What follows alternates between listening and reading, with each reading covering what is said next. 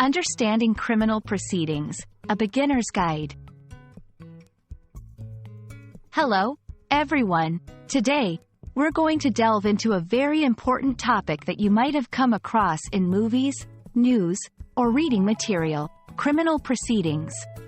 This phrase might sound complex, but don't worry.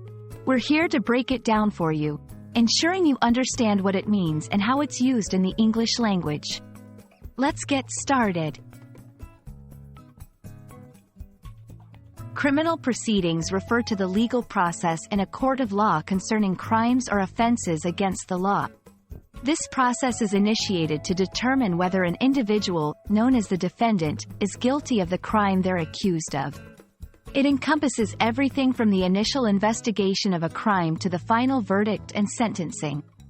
This term is pivotal in legal contexts and is essential for anyone trying to grasp how legal systems function in English-speaking countries.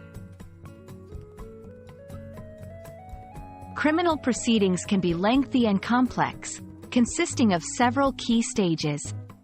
1. Investigation. This is the first stage, where law enforcement investigates to gather evidence regarding the crime. 2. Charging. Based on the evidence, charges are filed against the suspect, formally accusing them of a crime. 3. Arraignment. The defendant is brought before a court to hear the charges against them and enter a plea: guilty, not guilty, or no contest. 4. Trial. If the case goes to trial, both sides, prosecution and defense, present their evidence and arguments to a judge or jury. 5. Verdict. After considering the evidence, the judge or jury decides if the defendant is guilty or not guilty. 6. Sentencing. If the defendant is found guilty, the judge decides the punishment, such as fines, community service, or imprisonment. Understanding criminal proceedings also means being familiar with some key terms. Defendant, the individual accused of the crime. Prosecution, represents the state or public and is responsible for proving the defendant's guilt. Defense, represents the defendant, arguing against the prosecution's case. Verdict, the final decision on the defendant's guilt or innocence. Sentencing, the punishment assigned to the defendant if found guilty.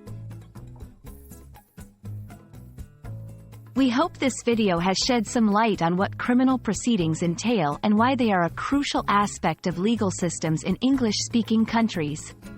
Remember, understanding these processes and terms not only enhances your legal vocabulary but also helps you navigate news and media related to legal matters more effectively.